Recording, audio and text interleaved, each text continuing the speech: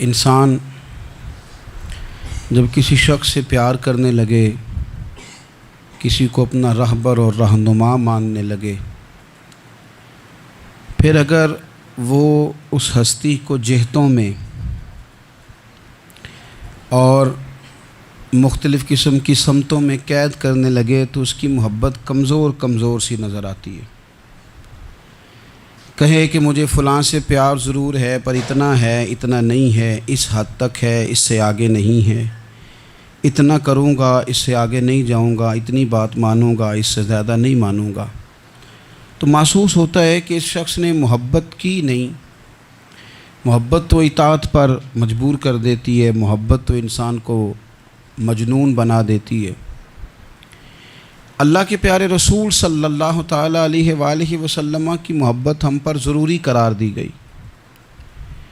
جس طرح حدیث پاک میں یہ فرمایا گیا نا کہ تم اتنی دیر تک مومن نہیں ہو سکتے جب تک ہر چیز سے بڑھ کر، ہر شخص سے بڑھ کر نبی پاک علیہ السلام سے پیار نہ کرو، اسی طرح قرآن مجید نے فرمایا کہ فلا و ربک، اے محبوب ہمیں آپ کے رب کی قسم، اے محبوب آپ کے رب کی قسم، لا یؤمنون حتی یحکموک فیما شجر بینہم، یہ اس وقت تک مومن نہیں ہو سکتے جب تک اپنے ہر معاملے میں آپ کو حاکم تسلیم نہ کر لیں۔ یا آپ کو حاکم تسلیم کر لیں، ہر بات میں آپ کا حکم ماننے لگیں تو آپ کا رب پھر ان کو مومن مانے گا۔ ہر معاملے میں، نماز پڑھنے میں بھی نبی پاک کا حکم ماننا ہے، اور شادی کرنے میں بھی نبی کریم کا حکم ماننا ہے، روزہ رکھنے میں بھی حضور کا حکم ماننا ہے، اور تجارت کرنے میں بھی نبی کریم علیہ السلام کا حکم ماننا ہے۔ جس طرح ہم لوگوں نے نوافل پڑھنے میں، تلاوت کرنے میں رسول کریم علیہ السلام کی بات کو سننا ہے، اسی طرح ہم نے فیصلے کرنے میں، کچہری میں جانے میں، عدالت میں پہنچنے میں، وہاں بھی ہم نے نبی کریم صلی اللہ تعالیٰ علیہ وسلم کی بات پر ہی غور کرنا ہے، اور سرور کائنات علیہ السلام کو ہر معاملے میں از اول تا آخر اپنا حاکم تسلیم کرنا ہے۔ جب ہم اس مفہوم کو سادہ لفظوں میں لیتے ہیں نا کہ ہر معاملے میں حضور سید عالم صلی اللہ علیہ وسلم کا قول فیصل ہوگا، تو پھر ہم کہتے ہیں کہ دنیا میں جب نظام مصطفیٰ نافذ ہو پھر حضور کا قول فیصل ہے۔ یعنی جس طرح حضور کی بات مسجد کے ممبر سے مانی جا رہی ہے، اسی طرح پارلیمنٹ میں بھی اسی طرح حضور کی بات کو تسلیم کیا ہے۔ جس طرح نبی پاک علیہ الصلاۃ والسلام کی بات کا نفاذ ہم نماز روزے کے معاملے میں غور سے سنتے ہیں، مسئلہ پوچھتے ہیں، باریک ہو کے چلتے ہیں، اسی طرح جب جج فیصلہ کرے تو پھر بھی اس نے رسول اللہ صلی اللہ علیہ وسلم کے دین کو ہی دیکھنا ہے۔ نظام مصطفیٰ صلی اللہ علیہ وسلم جب نافذ ہوگا، دنیا میں حضور کا قانون جب نافذ ہوگا تو پھر ٹھنڈی ہوا چلے گی۔ مسلمانوں کا یہ مسئلہ ہے کہ یہ نبی پاک سے پیار تو کرتے ہیں اور الحمدللہ بڑا کرتے ہیں، لیکن یہ پیار کو جہتوں اور سمتوں میں قید کرتے ہیں۔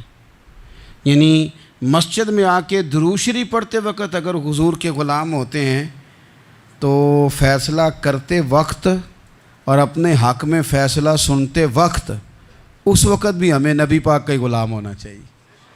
ہمیں ووٹ لیتے وقت بھی حضور کے غلام اور ووٹ دیتے وقت بھی نبی پاک صلی اللہ علیہ وسلم کے غلام۔ جب تک نظام نافذ نہیں ہوتا، نظام، یورپ کو آپ کی نماز سے تکلیف ہی کوئی نہیں، تو نماز پڑھنے کے لیے مسجدیں بنانے کی اجازت دیتے ہیں، قرآن پاک جتنا مرضی آپ وہاں پڑھیں وہ اجازت دیتے ہیں، آپ زکاتیں دیں جتنی مرضی، وہاں سے لوگ چندے اکٹھے کر کے یہاں نہیں لے آتے، کریں جو مرضی۔ ان کو آپ کی نہ نماز سے پریشانی ہے، نہ مسئلہ زکوٰۃ سے پریشانی ہے، نہ صوم و صلات سے مسئلہ ہے، ان کو تو مسئلہ یہ ہے کہ کچہری میں کہیں نبی پاک کا دین نہ آ جائے، ان کو تو مسئلہ یہ ہے کہ کہیں پارلیمنٹ میں حضور کا دین نہ آ جائے۔ دو قومی نظریے کیا ہیں اور نظریہ پاکستان کیا ہے جس کی بنیاد پر پاکستان بنا؟ بڑے ٹھنڈے دل سے میری بات کو سمجھیے گا۔ پاکستان اگر اچھی سڑکوں کے لیے، ترقی کرنے کے لیے بنا تھا تو یہ ترقی ہندوستان میں رہ کے بھی ہو سکتی تھی۔ انڈیا والے کہتے ہیں کہ ہم نے ترقی نہیں کرنی، کچی سڑکوں پہ چلنا ہے، ہم نے ٹیکنالوجی نہیں بنی، یہ کام وہاں بھی ہو سکتا تھا۔ اگر آپ یہ کہیں کہ پاکستان جمہوریت کی مضبوطی کے لیے بنایا تھا کہ ڈکٹیٹر کوئی نہیں آئے گا، صرف جمہوری قوتیں کام کریں گی، تو جمہوریت میں تو انڈیا بظاہر آگے نکل گیا ہے، ان کی جمہوریت تو زیادہ اچھی نظر آتی ہے، کبھی ڈکٹیٹر نہیں آیا۔ آپ نے پاکستان کیوں بنایا؟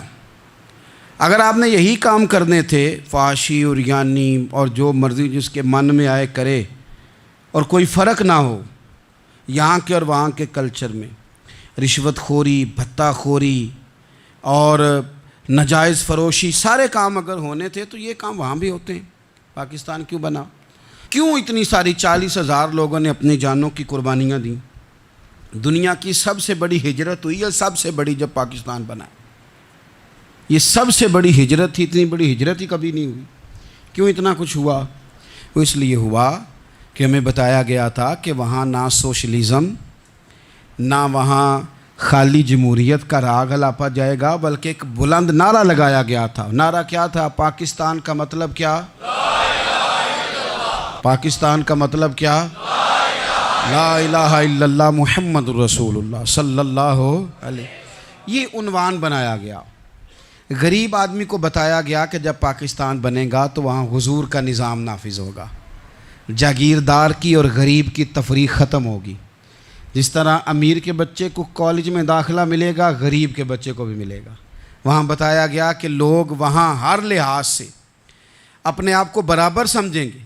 وہاں وہی بات ہوگی جو جناب صدیق اکبر کرتے تھے، وہاں وہی جملے دہرائے جائیں گے جو حضرت عمر فرماتے تھے، وہاں اسی طرح غریب پر سخاوت کی جائے گی، اسے دیا جائے گا جس طرح حضرت عثمان غنی کرتے تھے، وہاں اسی طرح فقر کا دور دورہ ہوگا، سادگی کا حسن ہوگا، اپنائیت کا نور ہوگا جو مولا علی شیر خدا نے عطا فرمایا تھا۔ اس سوچ کی بنیاد پر پاکستان بنایا گیا، اس سوچ کی بنیاد پر، اور اسی سوچ کو آگے لے کر کے جایا گیا۔ کوئی سیاسی پارٹی اب یہ بات نہیں کرتی۔ دو قومی نظریے کا معنی یہ تھا کہ ہندو الگ قوم ہے، مسلمان ایک الگ قوم ہے، ان کا رہنا سہنا، اٹھنا بیٹھنا، کھانا پینا الگ ہے، ہمارا اٹھنا بیٹھنا، کھانا پینا، سارے معاملات الگ ہیں، تہذیب و تمدن الگ ہے، لہذا ہمیں الگ سے خطہ چاہیے جہاں ہم اسلامی نظریات کے مطابق آزاد ہو کے اپنا وقت گزار سکیں۔ اس دو قومی نظریے کی بنیاد پر، پہلے تو علامہ اقبال اس کے قائل نہیں تھے۔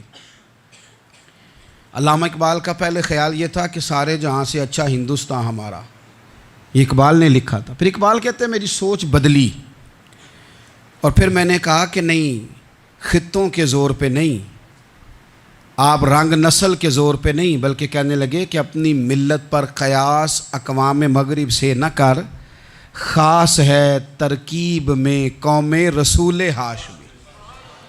آپ جو تقسیم کریں گے، یہ جو تقسیم ہوئی ہے نا عرب کی، یہ مذہب کی بنیاد پہ نہیں ہوئی، یہ تو ان کی ذاتی لڑائیاں تھیں، چھوٹا سا دبئی بن گیا، چھوٹا سا مسقط، چھوٹا سا ابو ظبی، یہ تو ان کی ذاتی لڑائیاں تھیں، قبیلوں کی لڑائیاں تھیں، جنگیں تھیں، چھوٹے چھوٹے ملک الگ سے تقسیم ہو گئے۔ یہ مذہب کی بنیاد پہ ایسا نہیں ہوا۔ دنیا میں جتنی ریاستیں ٹوٹ کر بڑی ریاستوں سے الگ ہوئیں تو اس میں یہ تھا کہ ہماری قوم الگ ہے، ہم سردار علیحدہ سے ہیں، اس لیے ہم علیحدگی پسند ہیں۔ دنیا کے اندر دو ہی وطن ہیں جو دین کے نام پہ بنے، دو ہی اسٹیٹ ہیں جو اسلام کے نام پر وجود میں آئیں، پہلی مدینہ منورہ ہے اور دوسری پاکستان ہے۔ خالص مذہب کے نام پر یہ دو ریاستیں وجود میں ہیں، ایک مدینہ طیبہ اور دوسرا پاکستان۔ پاکستان کا مطلب کیا؟ لا الہ الا اللہ محمد رسول اللہ صلی اللہ علیہ وسلم۔ اس بنیاد پر اس وطن کو، خطے کو حاصل کیا گیا، یہی نعرہ لگایا گیا، یہی نعرہ محمد علی جناح لگاتے تھے، یہی ڈاکٹر اقبال لگاتے تھے، یہی نعرہ چودھری رحمت علی لگاتے تھے، یہی وہ نعرہ تھا جس نعرے کو تحریک پاکستان کے قائدین نے آگے پہنچایا۔ اس زمانے میں جو رائٹر لکھتے تھے ان کی تحریریں آپ آج بھی نکال کے دیکھ لیں، وہ کہا کرتے تھے کہ پاکستان قائم ہوگا تو امیر غریب کی تفریق ختم ہوگی، پاکستان میں وہی نظام آئے گا جو نظام رسول پاک صلی اللہ علیہ وسلم لے کے آئے، قرآن کو نافذ کر دیا جائے گا۔ یہ اس زمانے کے لوگ لکھا کرتے تھے، بیان کرتے تھے، اسی کا ابلاغ ہوتا۔ پتہ نہیں پھر کس کی نظر لگی، کیا ہوا، اور تحریک پاکستان میں جذباتی طور پر علماء نے کردار ادا کیا۔ علماء نے، حضرت مولانا عبدالحامد بدایونی، حضرت مولانا سید نعیم الدین صاحب مراد آبادی، حضرت مولانا عبدالعلیم صاحب میرٹھی، اور ایک بڑا نام امیر ملت حضرت پیر سید جماعت علی شاہ صاحب محدث علی پوری، 100 سال سے زیادہ عمر کے بابا جی تحریک پاکستان کے لیے جلسے ہو رہے ہیں۔ بابا جی سے اٹھا نہیں جاتا، تو جس طرح 4 لوگ چارپائی پہ جنازہ اٹھاتے ہیں، اس طرح 4 لوگوں نے چارپائی پہ بابا جی کو اٹھایا ہوا ہے، امیر ملت سید زادے، اور چارپائی ان کی اٹھا کے جلسوں میں لے جائی جاتی ہے، اور وہ تقریریں کرتے ہیں اور کہتے ہیں سنو بھائی، جو مسلم لیگ کو ووٹ نہیں دے گا پھر ہم اس کا جنازہ بھی نہیں پڑھائیں گے، جو ووٹ نہیں دے گا ہم دفن بھی نہیں ہونے دیں گے اپنے قبرستانوں میں، جو ووٹ نہیں دے گا ہمارا مرید ہی نہیں۔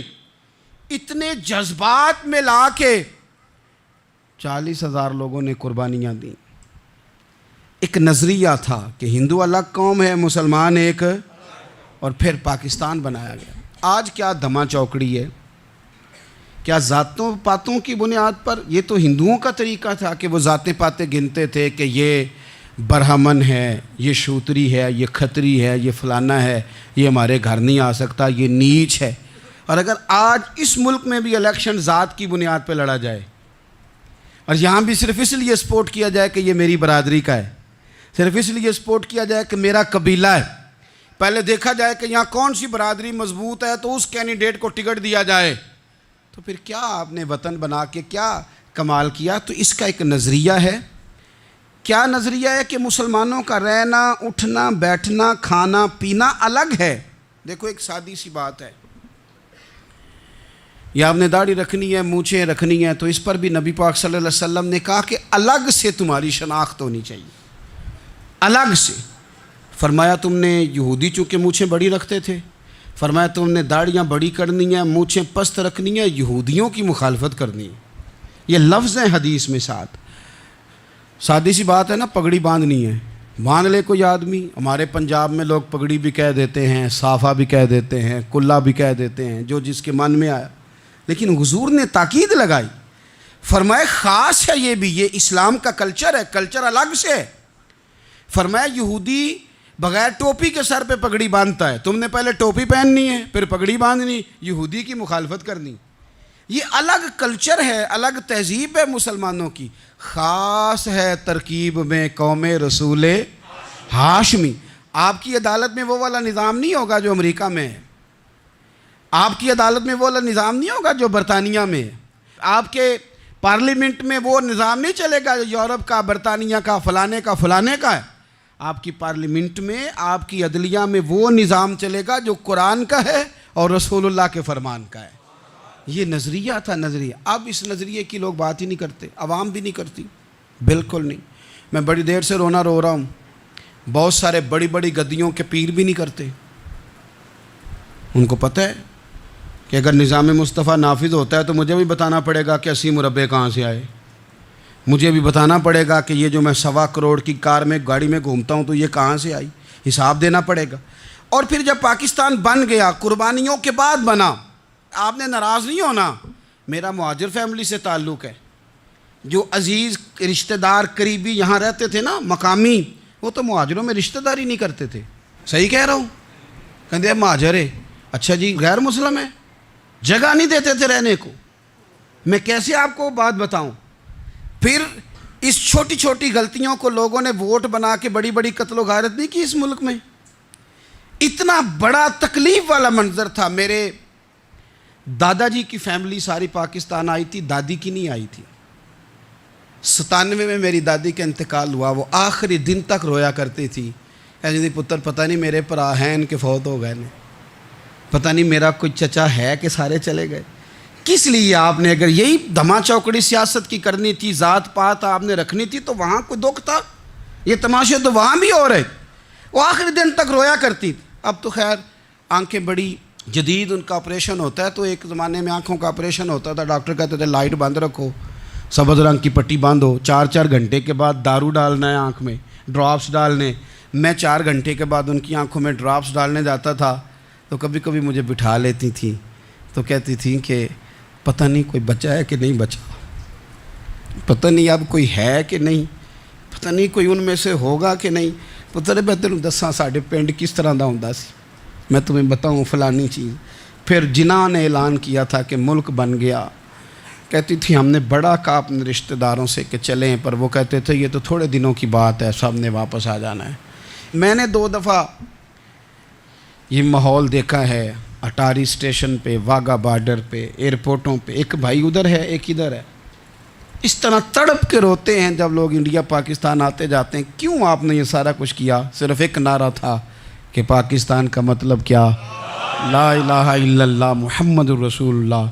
صرف ایک نعرہ تھا کہ یہاں ہم حضور کا دین لے کے آئیں گے. وہ دین تم لائے نہیں.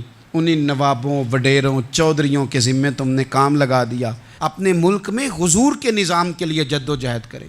یہ بنا ہی نبی پاک کے نظام کے لیے. اس کا کوئی دوسرا حل ہو سکتا؟ کوئی حل نہیں.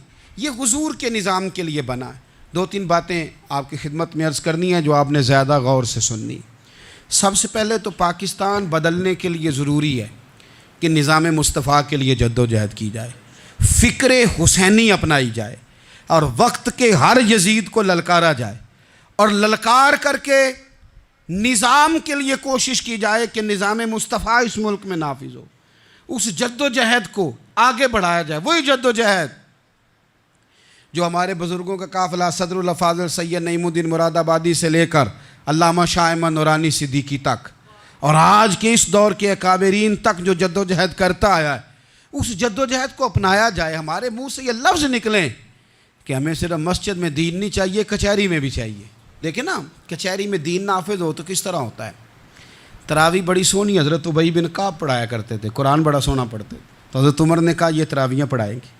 اب چونکہ قرآن اچھا پڑھتے تھے, اچھا سمجھتے تھے, تو حضرت عمر نے فرمایا چونکہ قرآن اچھا پڑھتے ہیں لہذا چیف جسٹس بھی انہی کو بنانا ہے, جن کو سمجھ ہو قرآن کیا کہتا ہے فلاں چیز کے بارے.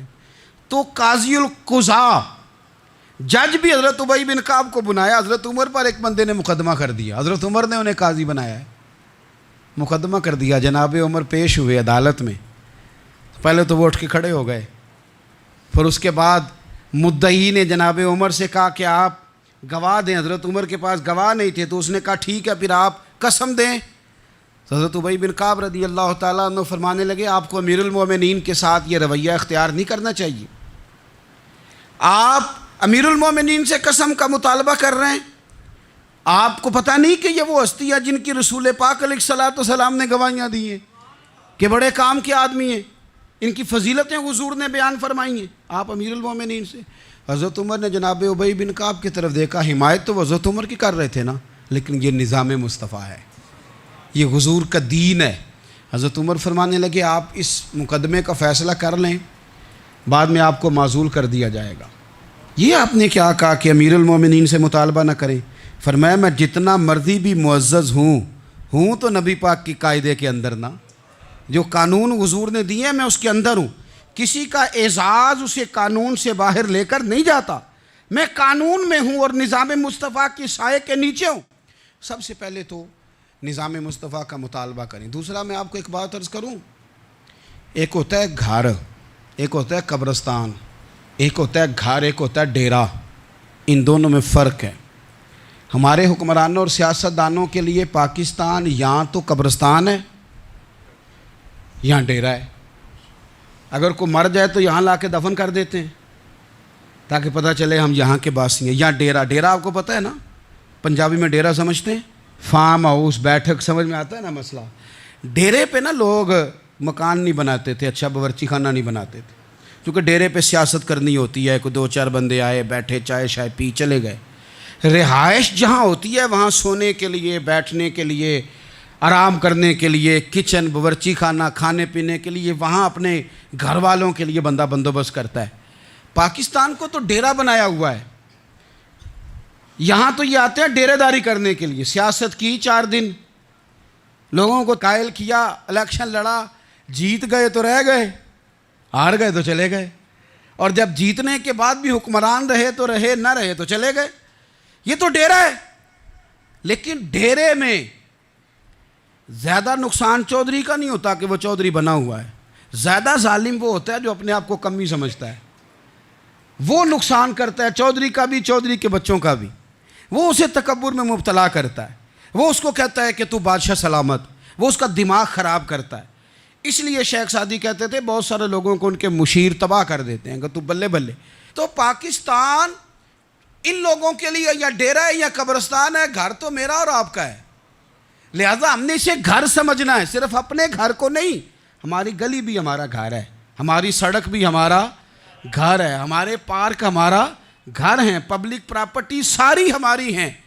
ہم نے حکمرانوں کا صرف انتظار نہیں کرنا، ہم نے ریپر دیکھ کے پھینکنا ہے کہ گھر ہمارا ہے، ہم نے سڑک پہ کچرا دیکھ کے پھینکنا ہے کہ گھر ہمارا ہے، ہم نے اس کے ذروں سے، اس وطن کی مٹی سے پیار کرنا ہے۔ اور یہ آپ چھوڑ دیں کہ سندھ میں فلانے کی حکومت ہے اور خیبر پختونخوا میں فلانے کی حکومت ہے، پنجاب فلانے کا ہے اور بلوچستان فلانے کا ہے، یہ باتیں آپ چھوڑ دیں۔ خیبر پختونخوا بھی درویشوں کا ہے، حضرت بابا عبدالرحمن کا ہے، پیر آف مان کی شریف کا ہے خیبر پختونخوا، سندھ حضرت عبداللہ شاہ غازی کا ہے، اور پنجاب بابا فرید کا ہے اور داتا علی اجویری کا ہے۔ تو میرے عزیز، سب سے پہلے تو نظام مصطفیٰ کا مطالبہ کریں، پھر اس کی صفائی میں، ستھرائی میں، تعمیر میں، ترقی میں اپنا کردار ادا کریں۔ تیسری بات یہ کہ لوگوں کو یہ بات سمجھائیں ایک دوسرے کو کہ بہت زیادہ خود غرض نہ بنیں، فقط اپنے گھر کی فکر چھوڑ دیں۔ یہ ملتوں کا طریقہ نہیں، قومیں اس طرح نہیں بنتی۔ فقط اپنے گھر کی فکر کرنا، ایسی ہوا چلی ہے کہ ہر شخص سوچتا ہے تمام شہر جلے بس ایک میرا گھر نہ جلے۔ یہ فکر چھوڑ دیں۔ دیکھیں نا، ہمیں بتایا گیا، نبی کریم صلی اللہ تعالیٰ علیہ وسلم کے فرمان نے بتایا کہ 40 گھر آگے، 40 گھر پیچھے، 40 گھر دائیں، 40 گھر بائیں، یہ تیرے پڑوسی ہیں۔ اور سخاوت تو کہاں سے شروع کر؟ حضور نے جناب ابو ذر غفاری سے فرمایا تھا کچھ نہ ہو سکے تو شوربہ ہی زیادہ پکا لیا کر، اسی سے پڑوسیوں کا بھلا کر۔ اپنے ارد گرد تھوڑا دیکھیں ہم کس کے کتنے کام آ سکتے ہیں، اور اگر کسی کے گھر میں کوئی پریشانی ہو تو اسے ختم کرنے کی کوشش کریں۔ اگر ہمارے دائیں بائیں کوئی آدمی کسی غلط چیز میں ملوث ہو تو دور کرنے کی کوشش کریں۔ کیوں بھلا؟ اس لیے کہ پڑوسی کے گھر کی آگ صرف اس لیے نہیں بجھانی چاہیے کہ اس کا گھر نہ جل جائے، پڑوسی کی آگ اس لیے بھی بجھا دینی چاہیے کہ اگر اس کے گھر سے آگ نہ بجھائی تو وہ ہمارے گھر بھی آ جائے گی، اگر ساتھ والے کے گھر کی آگ نہ بجھائی جائے تو وہ ہمارے گھر بھی آ جائے گی۔ اس لیے اس وطن میں جتنے گھر ہیں وہ سارے اپنے۔ ایک آخری بات آپ حضرات کی خدمت میں بڑی درد مندانہ میں نے عرض کر دی، درد مندانہ۔ اگر سیاستدان امیر کبیر ہمارا بھلا نہیں کرتے تو چلو ہم ہی ایک دوسرے کا بھلا کرنا شروع کر دیں، تھوڑا تھوڑا نفع کرنا شروع کر دیں۔ حضور علیہ السلام نے فرمایا لوگوں میں بہتر وہ ہے جو لوگوں کے لیے نفع مند ہو۔ اگر بہت زیادہ اونچے درجے کا افسر اگر ہمیں لگتا ہے اللہ ماشاءاللہ کہ وہ کرپٹ ہے، تو جہاں جہاں ہم بیٹھے ہوئے ہیں جس جگہ پہ، ان جگہوں پہ ہی ہم ایک دوسرے کا بھلا کرنے لگ جائیں۔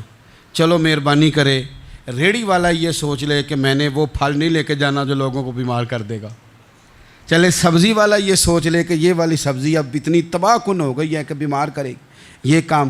چلو میڈیکل سٹور والا ہی مہربانی کرے کہ میں نے دعائیں صرف وہ لے کے آنی ہیں جو فائدہ مند ہیں، جو دعائیں ایکسپائر ہو گئی ہیں جن میں کوئی مسئلہ بن گیا ہے وہ میں نے کام نہیں کرنا۔ اور چلو کریانے والا ہی مہربانی کر دے، وہ بیسن ہی صحیح لے آئے یار، وہ والا نہ بیچے جو لوگوں کے لیے نقصان کا باعث، وہ بوتلیں اصلی بیچے نقلی نہ بیچے، کیونکہ وطن ہمارا ہے۔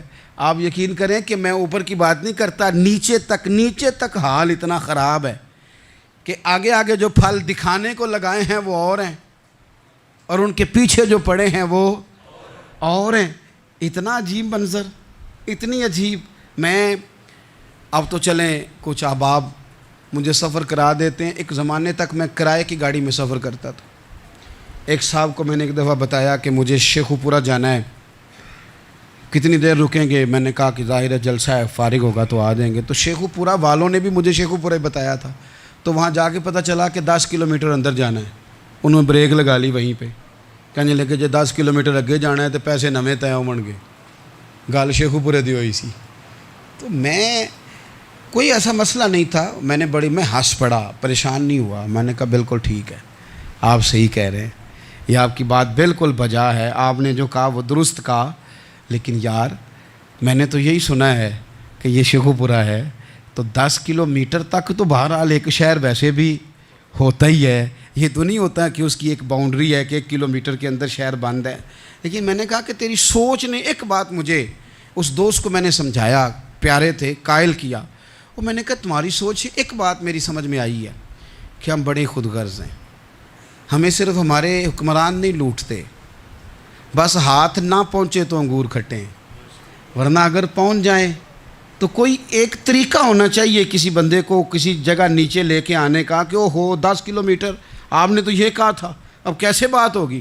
میں نے انہیں کہا کہ کچھ بھی نہیں اس سے فرق پڑتا، اس سے کوئی فرق نہیں پڑتا، لیکن ایک زمانہ میں نے دور دیکھا، اور ایک دور میں نے وہ بھی دیکھا کہ مجھے ایک جگہ جانا تھا، اللہ اکبر، ایک قاری صاحب تھے، امام صاحب تھے، کسی زمانے میں وہ رہ چکے، تو ہمارے علاقے میں بھی انہوں نے امامت کی تھی، تو میں وہاں جا رہا تھا، تو ان کے گاؤں پہنچنے سٹاپ پہ اتر کے تو میں تانگے پہ بیٹھا، تانگے والے کو میں نے کہا کہ وہ چونکہ اپنے گاؤں جا چکے تھے چھوڑ کے ہمارا علاقہ، تو میں نے کہا فلانے قاری صاحب کے یہاں جانا ہے، تو نیچے اتر کے تانگے والا ظاہر ہے کار والے سے تو غریب ہی ہوتا ہے، تو میں نے اس تانگے والے سے کہا کہ میاں کرایہ کتنا تیرا بنتا ہے؟ کہنے لگا میں مولوی صاحب دے پرونے کو کرایہ نہیں لیندہ، اس لیے کہ انہوں نے ہمیں قرآن پاک پڑھایا ہے، اور انہوں نے ہمیں، اور پھر میں وہ تانگے والا، اس کے کپڑے، اس کی طامت، اس کا سارا کچھ سادہ، تو میں بار بار میرا دل کرتا تھا کہ میری آنکھیں اس کی فوٹو کھینچ لیں، کیا شخص ہے، کیا انداز ہے، اور وہ مجھے کہنے لگا مولوی صاحب واپس کدوں کو جانا دے؟ میں نے ان سے کہا کہ میں نے نا جی شام کو ہی واپس لوٹ جانا ہے، تو کہنے لگے میں ڈیگر کو تک تہاڈا ویٹ کراں گا تے میں تانوں ڈیکاں گا، ایک سواری کٹ پاواں گا، میرا دل کردا ہے مولوی صاحب دا پرونا واپس بھی فری جائے، کیا اس کی آمدن ہوتی ہے تانگے والے کی۔ وہ بندہ بھی یاد رہ گیا، یہ بندہ بھی یاد رہ گیا، خدا را ہم یاد رہیں گے، مہربانی کریں آپ ایک دوسرے کا تھوڑا تھوڑا بھلا کریں، ایک دوسرے کی تھوڑی تھوڑی خیر کریں، ایک دوسرے کا تھوڑا تھوڑا نظریہ۔ ایک بندہ مجھے وہ بھی یاد ہے، بس میں بیٹھا تھا تو اس نے نا، ایک بوڑھی اماں نے اسے کہا کہ پتر میرے کو نا کرایہ 14 روپے تھا، تو اس نے کہا پتر میرے کو 10 ہی دے، تو اپنا اپنا رویہ ہوتا ہے، تو وہ کنڈکٹر جو تھا گاڑی کا، وہ کہنے لگا اماں جی اتر کے گا نہیں جانا؟ کہنے لگی پتر وے جانا ہے، پیدل ٹر جائیں گی، غریب ہے میرا پتر، زیادہ پیسے نہیں کماندا، تو 10 روپے ہی نے۔ تو وہ کلینڈر بھی مجھے یاد رہ گیا، اس نے 10 بھی اماں کو واپس کر دی، کہنے لگا اماں جی کوئی گل نہیں، ساری دیہڑی کمائی دے ہی نے، اللہ دیونے والا ہے، تسی پیدل نہ جاویو، اے 10 روپے رکشے والے نوں دئیو تاکہ تانوں گھر چ۔ اور یار ایک ایک قطرہ اس ملک میں، ایک ایک آنسو کسی کا پوچھ لو، زیادہ نہیں، ایک ایک 2 آنسو پوچھو گے تو بڑے لوگ رونا چھوڑ دیں گے، ایک ایک 2 آنسو پوچھ لو گے تو بڑے لوگ ہیں رونا چھوڑ دیں گے۔ میں چونکہ غور سے چیزوں کو، میرا حافظہ بڑا اچھا ہے تو میں دیکھتا رہتا ہوں۔ میری ہمشیرہ کی شادی تھی تو میں نے ایک فرنیچر والے سے بات کی، میں نے کہا بھائی اس طرح کر کے فرنیچر بنانا ہے، تو کہنے لگا گھر واسطے یا کسی تھی نوں دینا جے؟ وڈیرے بابا جی۔ میں نے کہا جی نہیں۔ کہنے لگا حضرت جی جویں دل کرے گا کر لیا جے، تیاں تہانیاں دا اونج بھی حصہ ہوندا ہے، تو میں بیٹیوں کے لیے او بھائی نہ کوئی اس میں کمی ہوئی، غریب آدمی تھا نہ میں نے کوئی کمی کی، ہو گئی بات، پر بابا تو یاد رہ گیا نا، او بھائی تھوڑا تھوڑا نا، یہ وطن ہمارا ہے، تیاں بھی سانجیاں ہوندیاں نے تے انہاں دے دکھ بھی سانجے۔ اسی بڑے چنگے لوگ جے، ساڈے وڈیرے سانوں اے نہیں سن کہندے فلانے دا جوائی ہے، وہ سانوں کہن سن اے ساڈے پنڈ دا جوائی ہے۔ اور چودھریوں کا بچہ بھی اتر کے سلام کر کے کہتا تھا پاجی تہاڈا بیگ میں نہ چالاں، گھر نہ چھڈ آواں، اپنا کلچر واپس لے آؤ، نہیں چاہیے ہمیں زیادہ موبائل، کونی ضرورت ہمیں ٹیکنالوجی کی، کونی اتنی لمبی چوڑی فوٹو کی، واپس آؤ۔ بیٹی اس پنڈ ہی ساڈی تھی ویائی ہے، اتھے جدو برات جائے گی تو اس تھی دا بھی تحفہ جائے گا، کیونکہ اتھے یہ واپس آ جاؤ، نہ اتنے جدید بنو کہ خود غرضی ہو، نہ یہ جملے بولو کہ میں ضرورت پڑے تو گدھے کو باپ بنا لیتا ہوں، اس طرح نہ کرو، اپنی ہی مٹی پہ چلنے کا سلیقہ سیکھو۔ کسی کے سنگ مرمر پہ چلو گے تو پھسل جاؤ گے۔ پیار بانٹیں، یہ وطن ہمارا ہے، ہم نے یہاں مل کے رہنا، چھوٹے چھوٹے تعاون ایک دوسرے کے ساتھ کرو گے تو وطن میں اخوت بڑھے، پیار بڑھے گا، للہیت میں اضافہ ہوگا۔